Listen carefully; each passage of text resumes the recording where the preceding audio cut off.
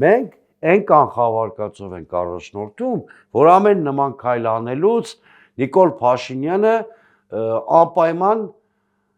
դեպի վեհարան գնալու ուղղությամբ գործողություն է անելու, քանի որ վեհարանը աշխարհագրական իմաստով անսասան է մնում,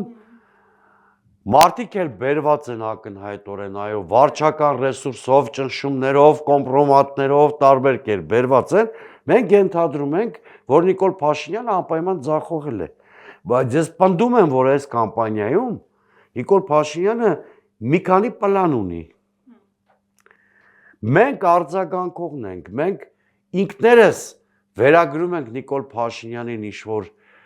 ամեն օրվա գործողության հետ կապված մի հատ մաքսիմալ պլան կա ենք ենթադրում, որ Նիկոլ Փաշինյանը պետք է իրականացնի, կամ պատկերացնում ենք, որ այդպիսին պետք է լինի։ Հետո երբ որ մեր պատկերացրած մաքսիմալ նշաձողը ինքը չի հաղթահարում, ավտոմատ ասում ենք, որ ինքը ձախողվեց։ Ես խորհուրդ կտամ էյֆորիկ տրամադրությունների փոխարեն մենք արձանագրենք process-ը մի քիչ բազմաշերտ։ Այո, նա հասարակական աջակցություն հակաեկեղեցական պայքարում չունի, բայց հերիք է, որ մենք նրա ամեն մի ակցիայից հետո այդ արձանագրելով ուրախանանք ու բավարարվենք այդ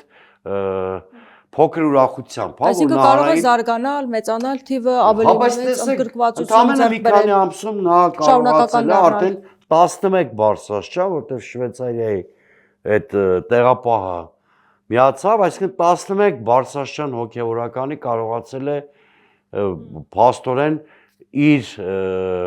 խաչի տակով, այսպես ասենք, պայմանական անցկացնել։